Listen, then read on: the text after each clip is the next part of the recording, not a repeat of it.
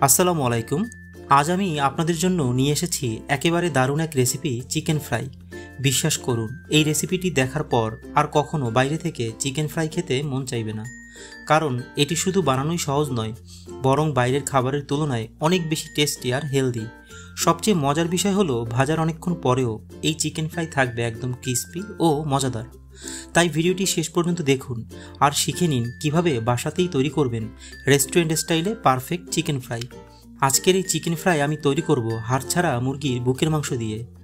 আমি এখানে প্রায় 300 গ্রামের মতো মুরগির বুকের মাংস নিয়েছি।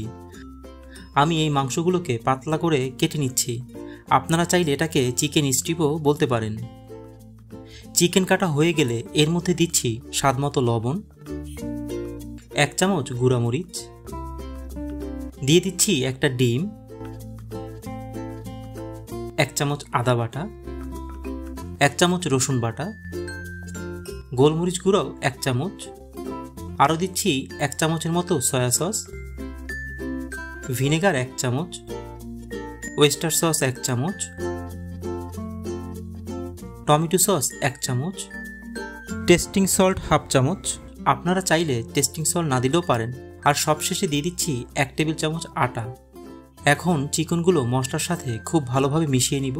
এই মশলাগুলো দিলেই হবে, এর বাইরে আর কিছু দেওয়ার দরকার নেই। আমি যেহেতু কম সময়ের মধ্যেই চিকেন ফ্রাই করব, তাই কিন্তু চিকেনগুলোকে ম্যারিনেট করে রাখবো না। আপনাদের সময় বেশি থাকলে অবশ্যই চিকেন ম্যারিনেট করে রাখবেন, তাহলে কিন্তু চিকেনের ভেতরটা আরও বেশি জুসি হবে। এখন চিকেন কোট করার জন্য আটার একটি মিশ্রণ তৈরি করব। তাই একটি বাটিতে নিচ্ছি 1 কাপ আটা আর 1/4 কাপ কর্নফ্লাওয়ার। এই কর্নফ্লাওয়ারের জন্যই কিন্তু চিকেন অনেক বেশি ক্রিস্পি হয়, তাই অবশ্যই চেষ্টা করবেন কর্নফ্লাওয়ার দেওয়ার। আরও দিচ্ছি স্বাদমতো লবণ, 1 চামচ গুঁড়ামরিচ, 1/2 চামচ গোলমরিচ গুঁড়া, অরিগানো 1/2 চামচ। অরিগানো চিকেনে একটা ফ্লেভার আনে, তাই এটা আপনারা চাইলে না দিলেও পারেন। আরও দিচ্ছি রসুন বাটা 1/2 চামচ, আদা বাটা 1/2 চামচ। এখন হাত দিয়ে ভালোভাবে মেখে নিব। আস্তে আস্তে করে মাখাবো, যাতে এই আটার মিশ্রণটার মধ্যে কোনো দলা না থাকে। চিকেনের এই কোটিং যত সুন্দর হবে, ততই কিন্তু চিকেন বেশি ক্রিস্পি হবে।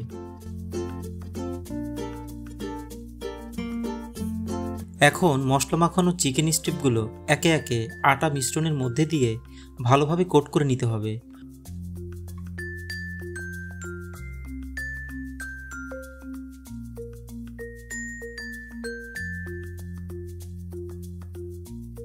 কোট করার পর বাড়তি ময়দা হালকাভাবে ঝেড়ে নিতে হবে। এতে ভাজার সময় তেল নষ্ট হবে না এবং চিকেন একদম পারফেক্টভাবে ভাজা হবে। এভাবে একে একে সব চিকেন ভালো করে কোট করে নিব। এবার একটা ফ্রাই প্যানে পর্যাপ্ত তেল গরম করে নিতে হবে। তেল ঠিকভাবে গরম হলে কোট করা চিকেনগুলো আস্তে আস্তে দিয়ে দিতে হবে।